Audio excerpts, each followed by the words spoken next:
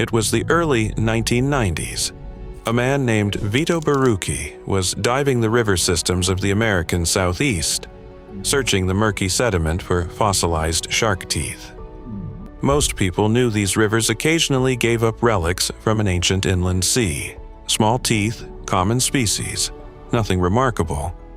But Barucchi kept pulling up something different. Teeth that were broader, heavier, serrated along both edges. Some of them nearly as wide as his outstretched hand. And they weren't accidents. They kept appearing, again and again, in different rivers, different depths, always the same unmistakable shape. Over time, he collected dozens, then hundreds, and eventually he did something no one had done at that scale before. Using a modern great white shark's jaw as a structural guide, he began assembling the fossil teeth into a complete reconstruction. Not an illustration, not a model. An actual jaw, built entirely from real specimens. The result was large enough for a grown adult to walk through. And standing inside it, the question was no longer whether this animal had existed. The question was, what exactly had it been? For most of recorded history, the ocean has operated on its own terms. You can stand at the edge of the water on a calm day, look out at the surface, and feel like you understand it. But drop a few meters below that surface and visibility collapses. Drop a few more, and you are effectively blind. And in that kind of environment, where you cannot see, cannot hear, cannot measure, scale becomes meaningless.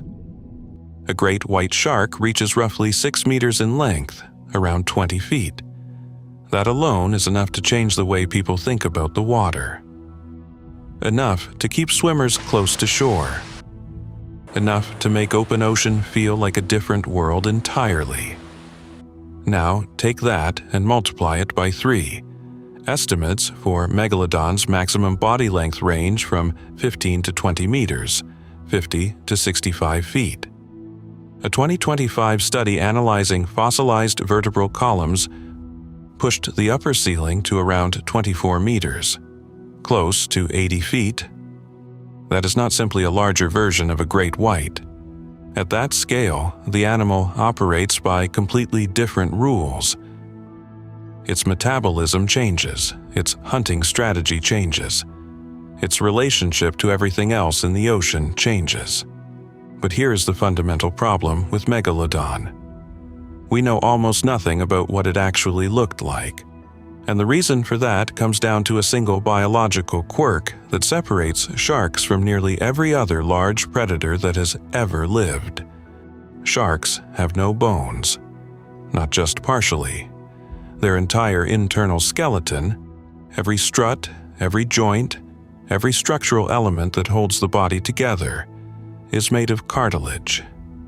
The same flexible, lightweight material found in the tip of a human nose. It is an evolutionary strategy that goes back hundreds of millions of years, and for most purposes it worked brilliantly. Cartilage is lighter than bone, which helps a large body stay buoyant without expending constant energy. It absorbs mechanical stress during high-force movements without fracturing.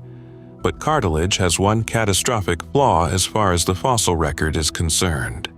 It does not preserve. When a shark dies and descends to the seafloor, the soft tissue disappears within weeks. Muscle, fat, organs, gone. But then the cartilage follows. The vertebral column, the jaws, the fin supports, all of it decomposes. What remains, what survives the millions of years between a shark's death and a diver's hand closing around something in the sediment, is only what was hard enough to resist the process entirely. The teeth. And here is where the arithmetic becomes extraordinary. A shark does not carry a single fixed set of teeth. It grows them in rotating rows throughout its entire life, constantly replacing old teeth with new ones, shedding them the way trees shed leaves. Over the full span of a megalodon's life, paleontologists estimate the animal produced somewhere in the range of 40,000 individual teeth. Everywhere it traveled, across every ocean it ever crossed, it left this trail behind. Teeth sinking into sediment, slowly replaced by minerals over geologic time, now scattered across ocean floors around the world, waiting to be found. That is why we have so many teeth and almost nothing else. And it is also why reconstructing the animal requires a kind of detective work that goes far beyond simply finding fossils. Paleontologists working on Megalodon use three primary sources of information. The first is tooth geometry, by comparing the proportions of Megalodon's teeth, their height, their root width, their curvature, against those of living shark species with known body lengths. Researchers can work backward to estimate overall size. It is not a perfect method, but across hundreds of specimens from multiple ocean locations, the numbers converge into a consistent range. The second source is jaw reconstruction. The arrangement of teeth along a jaw tells researchers about the width of the mouth, which in turn reveals something about the size of the prey it was designed to handle. And the third source, in some ways the most visceral, is what Megalodon left behind on its prey. Fossilized whale bones from this period carry marks, and not scratches. Deep, parallel gouges cut through dense bone, spaced in a pattern that matches Megalodon's tooth geometry precisely. These are not incidental. They are the traces of a feeding event. And what they reveal is not a predator that merely grazed or scavenged. The impact fractures found on fossilized rib cages suggest an animal targeting the structural core of large prey directly, biting through the chest, not around it. The bite force required to produce those marks has been estimated at approximately 180,000 newtons. To give that number some meaning, a great white shark bites with roughly 18,000 newtons, already enough to cut cleanly through bone. Megalodon's bite was 10 times stronger. The closest everyday equivalent would be the pressure of 3 full-grown African elephants concentrated onto a single point. That force was not simply a byproduct of being large. It was a precision instrument. Megalodon's teeth were serrated along both edges, the geometry optimized specifically for cutting through dense, resistant material as efficiently as possible. This was an animal that had evolved over millions of years, not just to hunt large prey but to disable it as fast as physically possible, which makes sense once you understand why speed of kill mattered so much. Unlike most modern sharks, Megalodon appears to have been endothermic, capable of maintaining a body temperature substantially higher than the surrounding water. This is the same metabolic strategy used by the great white shark today, and it confers a significant advantage. Faster muscle response, greater sustained power, the ability to operate in cooler water. But it comes with a price. Warm-blooded predators burn through energy at a rate cold-blooded animals simply do not. Estimates suggest that to sustain its body at operating temperature, Megalodon needed to consume approximately 100,000 calories every single day, roughly 50 times what an adult human burns in the same period. Think about what that demands of an animal. Every day without a successful hunt is a day drawing down reserves. Every failed attack, every whale that escapes, every prey animal that outmaneuvers the strike carries a real physiological cost. For an animal this large, in an ocean that was always changing, there was almost no margin for sustained failure. This single fact, that Megalodon's body demanded constant, massive fuel inputs, becomes the thread that eventually unravels the entire story of its extinction. But we will get to that. First, there is a persistent misconception worth addressing. Not what you think. Most people assume the great white shark is Megalodon's direct descendant, that if you trace the great white's lineage far enough back, you eventually arrive at Megalodon as an ancestor. That is not what happened.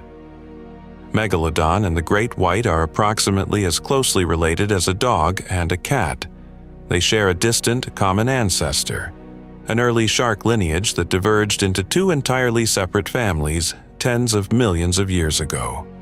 Megalodon belonged to a group called the Odontodontidae, defined by enormous, broad-based teeth and extreme body size. The great white belongs to the Lamnidae, a separate family that includes mako sharks and salmon sharks, built along completely different lines. These two lineages, when they diverged, effectively made different evolutionary bets. The Odontodontidae scaled up. They became progressively larger across successive generations, eventually producing the biggest shark and one of the biggest predatory animals that has ever lived. The entire strategy was built on mass, on force, on the ability to take on the largest available prey. The Lamnidae went the other direction. They stayed relatively compact but became faster, more agile, and thermally efficient in a wider range of water conditions.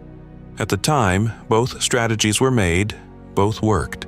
The ocean was warm, productive, and full of large prey that rewarded the kind of brute force predation Megalodon had perfected. But one of those bets had a longer shelf life than the other. Megalodon first appears in the fossil record approximately 23 million years ago. The ocean it was born into was fundamentally different from the one we know. Sea temperatures were warmer. Shallow coastal seas extended over large portions of what are now continental land masses. And critically, the dominant large marine mammals of that period were not the filter-feeding giants of today. Early whales were mostly toothed animals, quick-moving, moderate in size, distributed through relatively accessible coastal waters. Megalodon did not simply occupy the top of this system. It shaped it. An apex predator at this scale influences everything below it in the food chain. It determines which prey species thrive and which are kept in check. It drives evolutionary pressure on every animal within its range. For roughly 13 million years, Megalodon held that position in the world's oceans. 13 million years. The entire evolutionary history of the human genus, from our earliest identifiable ancestors to today, spans approximately 3 million years. Megalodon as a species persisted through more than 4 times that span. It was not an evolutionary experiment that briefly flickered and failed. It was one of the most durable apex predators in the entire history of life on this planet. Around 5 to 6 million years ago, a combination of factors began converging. Not a single catastrophe, but a slow tightening, each element compounding the others until the total became insurmountable. The first shift was climatic. Global temperatures began to drop, and as they dropped, the oceans responded. The warm, shallow coastal seas that had persisted for millions of years started retreating. The productive near-shore environments where Megalodon's primary prey had been concentrated began to shrink. At the same time, something was happening to the whales. Faced with changing food availability and increasing competition, a group of early toothed whales underwent one of the most consequential evolutionary transitions in marine history. They abandoned individual predation. Instead of pursuing single prey animals, they evolved baleen, long fibrous plates that function as biological filters. Now, rather than hunting, they could move open-mouthed through vast concentrations of krill and small fish, straining enormous quantities of food with minimal effort. The logic behind this shift is mathematically elegant. Every step up a food chain represents an energy loss. Roughly 90% of the energy at each level is burned before it reaches the next. A seal must eat many fish. Those fish must eat smaller fish. By the time that energy reaches the seal, most of it has dissipated. The early baleen whales effectively bypassed the entire chain. They fed directly at the base, at the level of maximum energy density. More food, less effort. No ceiling on body size. And so they grew. With essentially unlimited nutrition at the base of the food chain and no predator capable of threatening adults, there was no biological incentive to stay small. Over millions of years, these animals became progressively larger, generation by generation. But here is what that transformation meant for Megalodon. The prey it had relied on, moderate-sized, warm water, relatively accessible toothed whales, was vanishing. Some species were disappearing entirely as habitat contracted. Others were in the process of becoming something Megalodon could no longer effectively hunt. An animal in the early stages of growing to 60 feet, protected by sheer mass, moving through open deep water, that is a fundamentally different target than the prey Megalodon's entire body plan had been optimized to handle. And now, something else was happening simultaneously in that same ocean. While Megalodon's prey base was eroding, the ancestors of the great white shark were quietly becoming something more formidable, built for colder, deeper water, faster and more maneuverable at smaller body sizes, capable of pursuing agile prey through environments a 15-meter shark could not efficiently navigate, and critically, able to target early baleen whales while those animals were still small enough to be vulnerable, before millions of years of unchecked growth had placed them beyond the reach of any predator.